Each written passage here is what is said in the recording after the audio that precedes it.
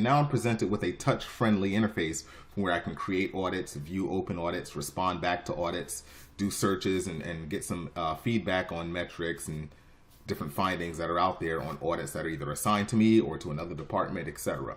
So if I wanted to create a new audit from scratch using this application, I'm just going to tap Create, Edit, View Audit, and then I can tap New, and then I can give my audit a name. Let's call this one Inspection of Meat Packing Plant. I'm just making something up on the spot. But this would be the name of whatever you're inspecting if you're an auditor. So I'm going to click Save. And then I can provide some additional details about this audit. You can see that it's automatically assigned an audit number or an inspection number, depending on your process.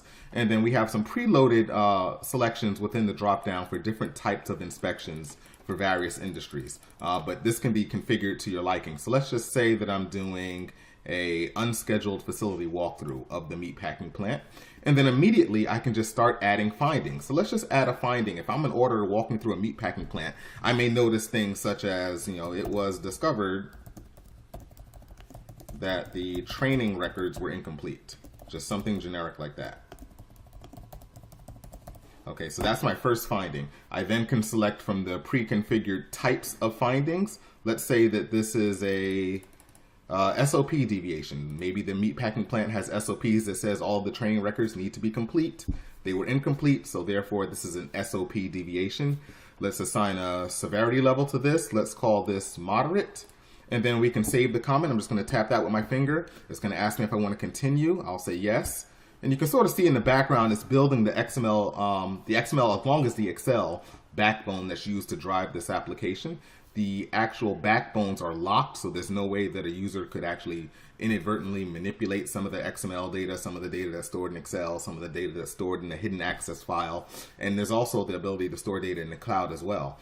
But all of that is locked away from use, and the user is forced to perform all actions through this interface via their Microsoft Surface or their Windows laptop. So let's just add another finding, and let's say that it was discovered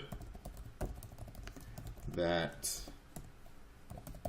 improper chemicals were being used. And let's assign a finding to that. Let's say that that's a protocol deviation. Let's say that's critical. And then we can save. It also asks me if I want to continue. Let's just say yes for now so we can get back to this dialogue. We see that all of the comments that are currently on file that we just inserted are automatically shown on this pane on the right. We can actually edit those if we wanted to by selecting edit and then having the ability to go back and edit some of these comments. We can actually send these comments instantly to someone via email. Let's just do that right now. If I tap send with my finger, I can type in an email address.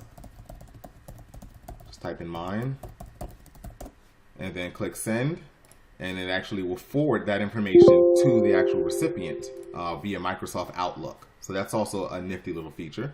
If I tap create text file, it will generate a text report of this entire audit and save it to a specified folder location as a notepad file. So that's actually kind of convenient because you can have it store those text files into Dropbox or OneDrive or Syncplicity, and you can instantly have some collaboration going on in instant notification, pseudo instant notification, to have those files instantly sent to a folder that's being shared via a cloud storage solution.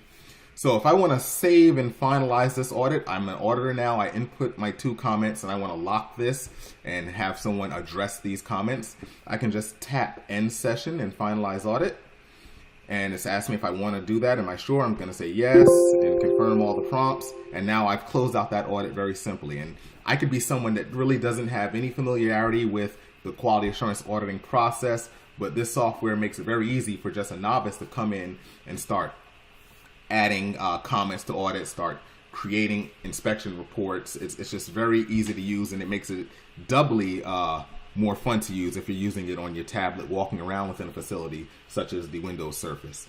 So now I can actually perform some additional actions and look for open audits. If I tap open audits, it's going to generate a little text report showing me all the audits that are currently out there that are open, and it's actually just looping through and finding that information.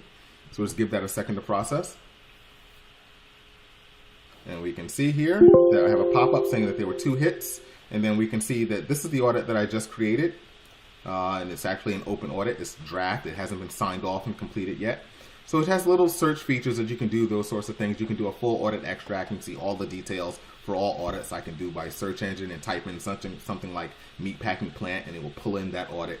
So let's say now that I'm a manager of the meatpacking plant, and inspector came in, they already provided their comments, and I want to address those comments.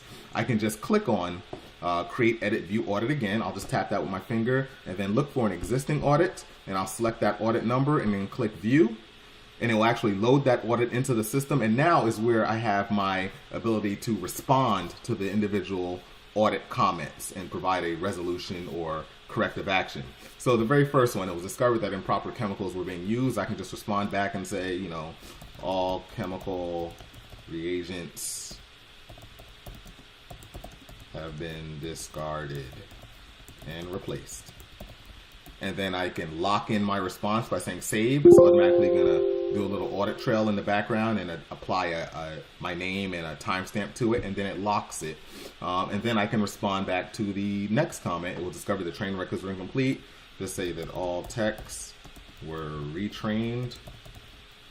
And then I'll lock that comment in, actually that corrective action in, and it saves it and gives me a timestamp. And then I could log back out. I could print this to a PDF. I could do sort of all types of things with it, and it's just very easy to do because I'm walking around with a tablet, the Microsoft service, and I'm just tapping, pointing, and clicking. So let's say now this audit needs to be approved. I've responded back to it. Someone can just come in and tap approve audit, and then it's going to ask you to confirm. Are you sure you want to approve this audit? This is going to lock it and forever make it uneditable within the system. We'll say yes. It confirms again. And now that audit is closed out within the system, and then we're done.